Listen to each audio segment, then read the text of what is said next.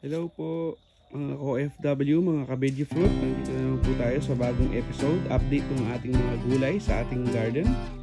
So ito po yung ating squash, yung ating mga kalabasa.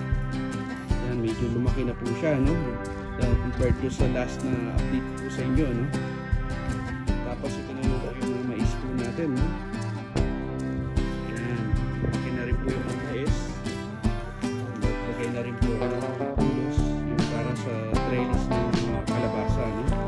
Kasi patataasin po sila, upright po yung pagpapalaki po natin ng mga kalabasa, no? Ito po yung mais natin dahil pangalawang araw po na dito sa Australia, sa Darwin, sa ating pataw, isang pataw na po, tapos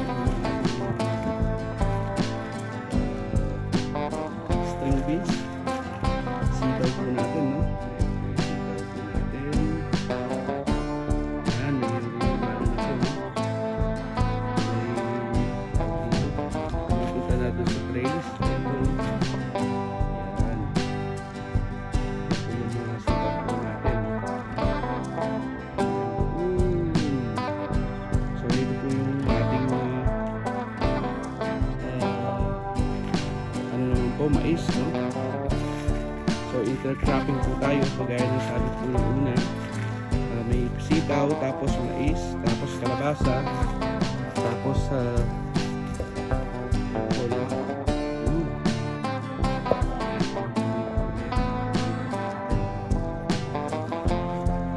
Sa umpisa, para makita po na yun po yung ating mga sitaw, tapos mais, tapos kalabasa, tapos mais na naman, tapos kalabasa, tapos may po tayong upo sa bandang dulo.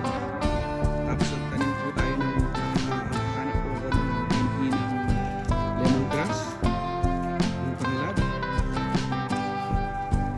ating mais.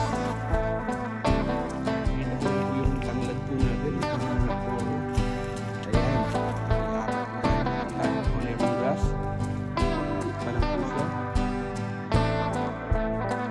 Ito yung update ng ating mga upo, no? Ayan, upright po yung pagkataas ng upo. So gagawa po ako ng trellis mamayang hapon. Ito yung ating update ng ating tapos yung grapefruit po natin, nabuhay na rin po yung grapefruit. Ito natanggal dahil sa hangin po, no? Ayan, dahil na po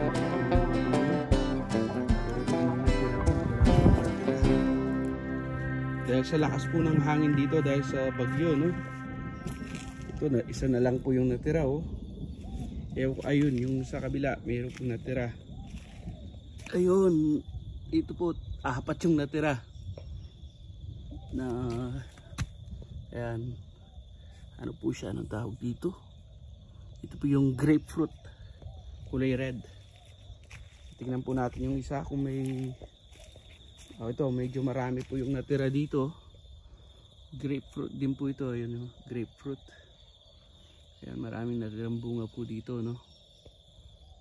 Yun. Yung atin naman longgan, medyo wala na, wala yung kanyang dahon dahil po sa lakas ng hangin tapos mainit. Ganun din po dito, no? Nawa magkaroon na suli din yung ating ito po, may suli po siya dito. Parang bulaklak na sana, oh, nawala pa. Dahil po sa lakas ng hangin, ito na lang po yung medyo may dahon pa na nakapag-survive.